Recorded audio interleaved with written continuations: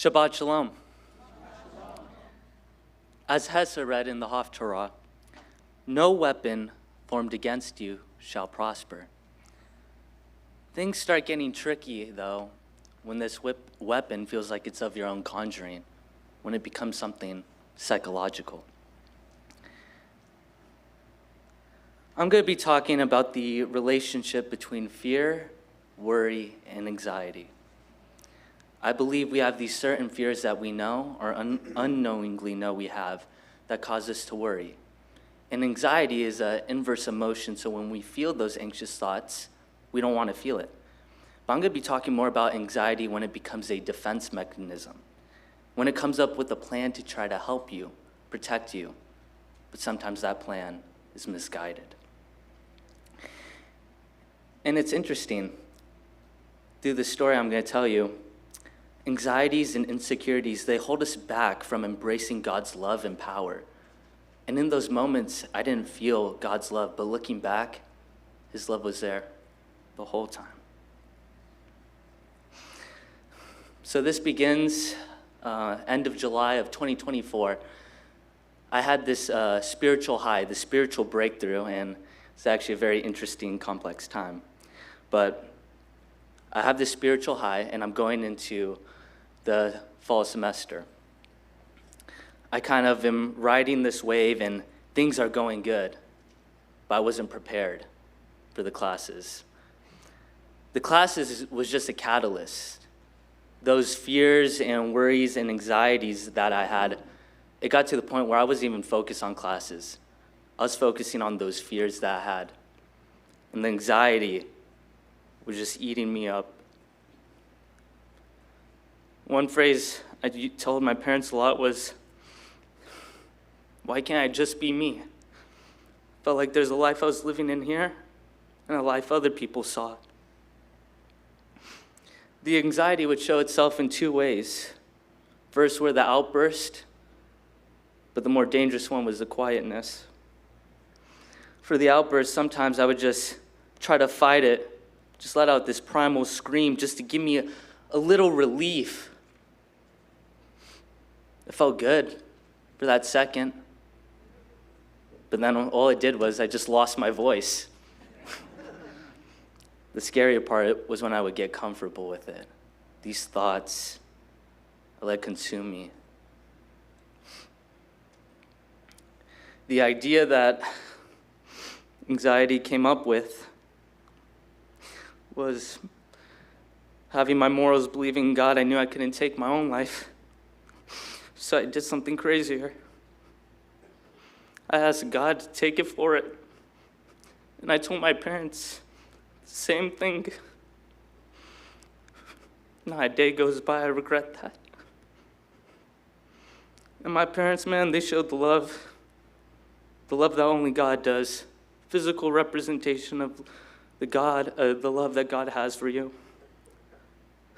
There are days I can't even drive myself to class.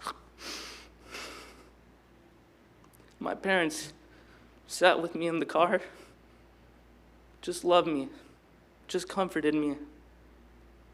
They didn't know the answer, but they were there for me.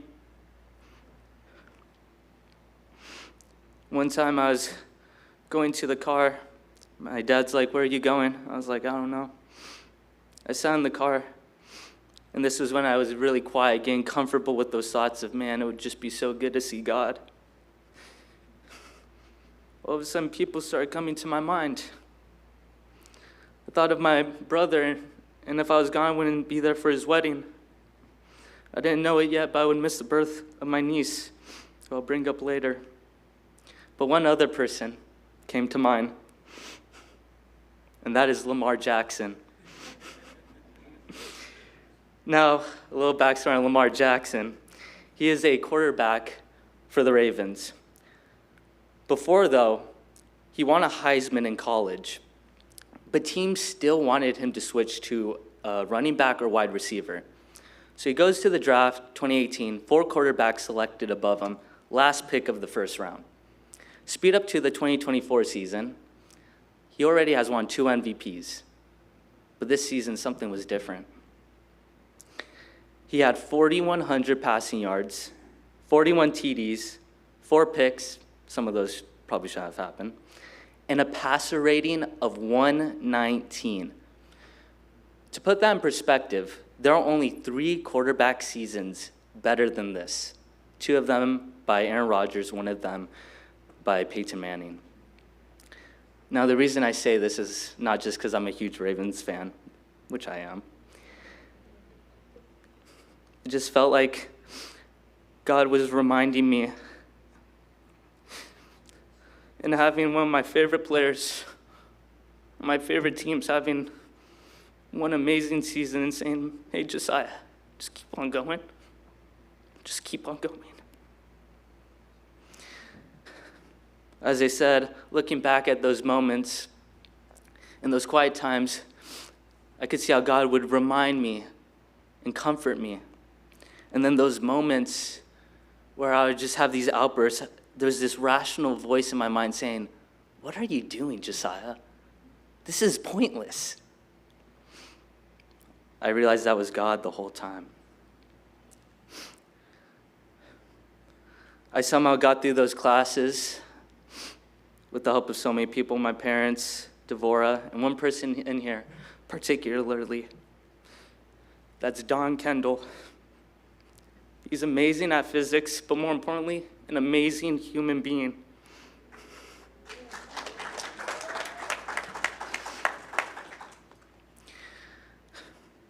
I got through this, and I didn't really get the answer I was looking for until actually coming up with this. I also have to give credit to a certain Pixar movie that came out in 2024. Interesting, it came out before all this went down. So now let's get into some application. 3 things that help anxiety, and that's joy, gratitude, and surrender. But before I get into that, I think there's a quote that my sister sent me from a psychologist which sums up everything perfectly. If you're an anxious person, do everything for fun. Go to a job interview for fun. Submit documents for fun. Start a blog for fun. Anxiety feeds on importance. Don't make everything a matter of life and death. Now going back to joy.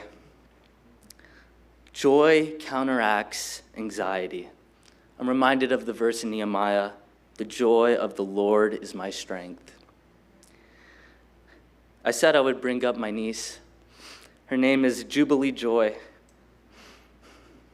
One day, these anxious thoughts, they're running through my head, and my sister-in-law, Rachel, she doesn't know that I'm thinking of this, but she gives me Jubilee Joy. And as I'm holding her, I just realized that this is a symbol that I need to hold more joy in my life. Next up, we got gratitude.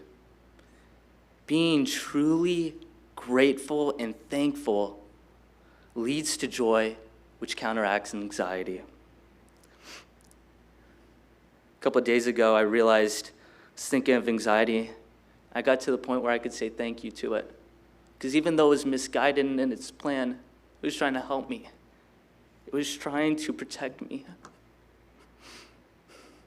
And last one is surrender. I got to the point where I was able to say the prayer where I prayed to God. I was like, I know you could take all this anxiety when it grows with the projections and make me not have any of it at all. But I prayed, Lord, if it be your will, if it be a tool in which I could help others, let it be. Not my will, but yours. So I guess the verse is true. No weapon formed against you shall prosper.